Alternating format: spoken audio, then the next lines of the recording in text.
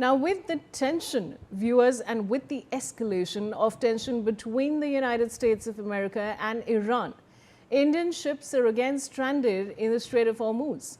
As of 16th July 2026, the government of India has confirmed that 7 Indian-flagged commercial vessels with about 148 Indian seafarers remain stranded in the Hormuz region because of the deteriorating security situation. However, the government has not publicly released the names of all 7 vessels. Meanwhile, the Directorate General of Maritime Administration has directed shipping companies to avoid deploying Indian sailors on vessels traveling through the Strait of Hormuz. In an advisory to ship owners, ship managers, and personnel management firms, the DGMA warned against deployment of Indian sailors on ships that are passing through the Strait of Hormuz. I'm now being joined by my colleague Yash Ahuja from the newsroom, viewers, who will take you through the live tracker of the Strait of Hormuz. Over to you, Yash.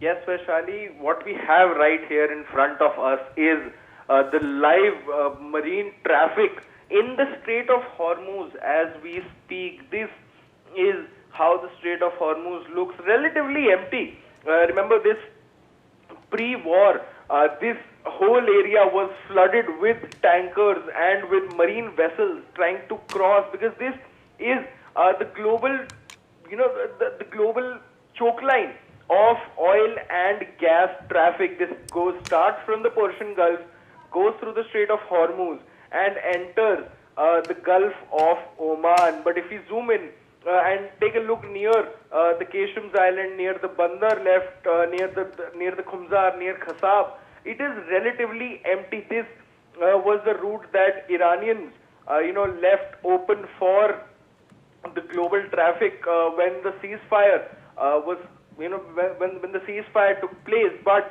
as of now, the Strait of Hormuz has been closed, has been shut down. There have been repeated attacks on Indian ships and on Indian vessels. Now, let's take a look at some of the vessels, some of the Indian vessels that are currently in or near the Strait of Hormuz. This is Maha Rus, which is a bulk carrier.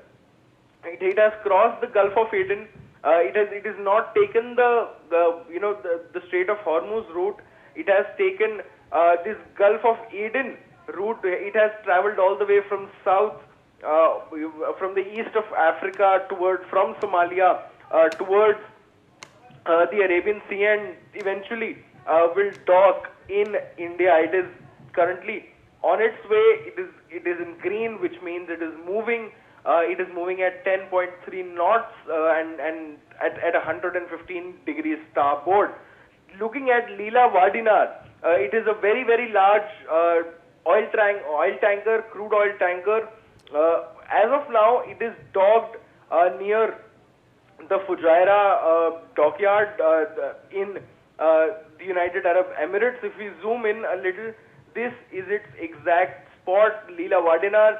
It is currently at anchor. It has not, been left to travel to come to India, but it has safely crossed the Strait of Hormuz, which is a good news, because we've seen in the past couple of days how Indian sailors, how Indian seafarers have been at target, have been at the helm, where an attack on any of the crude oil ships where Indian seafarers are, which is a lot of which is a huge number, by the way. They have been attacked. Some have been lost. Some lost their lives. Some are still missing. So the Indian government has now launched a major crackdown. They've started tracking each and every seafarer that is currently in transit, either in the Strait of Hormuz or in the Gulf of Oman, for that matter. Back to you. All right, viewers. Now I also have Wing Commander Alok Sahai. He's a defense expert who's joining me on the broadcast. Wing Commander Sahai, nobody can deny the fact that the kind of mess that has been made by Donald Trump is something that we're all feeling the ripple effects of. And now, of course, the latest development that we're discussing which my colleague was also telling us about, is the fact that Indian ships are again stranded in the Strait of Hormuz. How do you look at this situation and how do you see this moving forward? Vaishali, good afternoon. I would like to say that this is a very, very tricky situation because of the sheer size of Indians deployed across the globe in the maritime shipping industry. I would like to tell the audience through your channel that more than 3 lakh Indian sailors are working presently with different shipping companies. And there are 2 issues. One is that Indian-owned ships are being attacked or being stopped. And the second issue is that the other country ships, other company ships being attacked where Indian sailors are also employed, they are also working. So in the second case, it would be very difficult for the Indian government to track which all ships are being are having Indians on board. That is a problem because approximately one out of every 5 sailors in the maritime shipping business in the world, 1 sailor is Indian. That is the scale at which the Indians are deployed and employed in this business. So, and if Iran or US is trying to attack any foreign national ship, it is very difficult that they will not note down which all citizens are working on that ship. They will attack just considering which country's ship belongs to, because whether they are in their favorable nation or they are non-favorable nations. So the attacks are launched on that basis. And in that process, if Indians are getting killed or getting injured, things are a little out of hand for the Indian government. Nothing much can be done by the Indian government except now, however, the government has started a new system that even if there are foreign ships and if Indians are working on it, there has to be a notification system.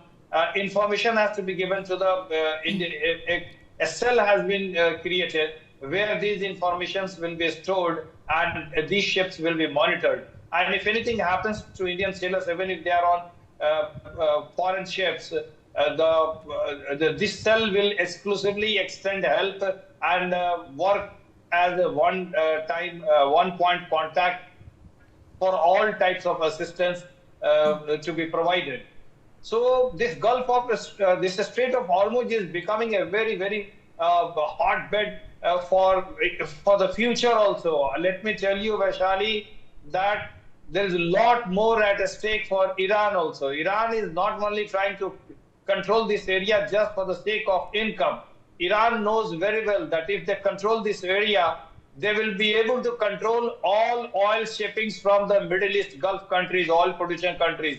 And that will be a very big thing. Slowly, all these Middle East countries will have to depend on Iran, and it will be an exit of American influence in the Middle East nations. That is why it seriously concerns the US, and the CENTCOM is hell-bent on destroying the Iranian hold over this area, and that is why you would see that most of the concentration of US attack is in the coastal areas, this Bandar Abbas, Kirim, Kesham Island, all these areas, Sirik, all these areas from wherever Iran is getting a strength to control a Strait of Hormuz, those areas are being attacked in a massive wave.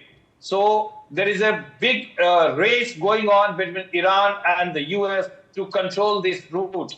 And this in the bargain of this, the oil prices have gone up because the ships are being stopped, ships are being attacked, and the oil crude price is going up. And the oil supplies in the very near future is again going to be in crisis, especially in South Asia, India, and many other countries. The gas supply will also be affected because Qatar is the most valuable gas supplier for these countries, and all Qatari gas ships also pass through Strait of Hormuz. So India may face the same situation what we faced a few weeks before. So the situation is very volatile, and the world is watching what could happen next. Yes, Vishal. Absolutely. Wing Commander Sahai very rightly said, one decision, viewers, being made by one person sitting in the US is is just, we're all bearing the brunt of it, clearly, in small ways, in big ways. But we're going to be keeping you posted of each development that happens as far as this conflict is concerned here on NewsX. Thank you, Wing Commander Sahai, for joining me. An absolute pleasure. And now moving forward. The Delhi High Court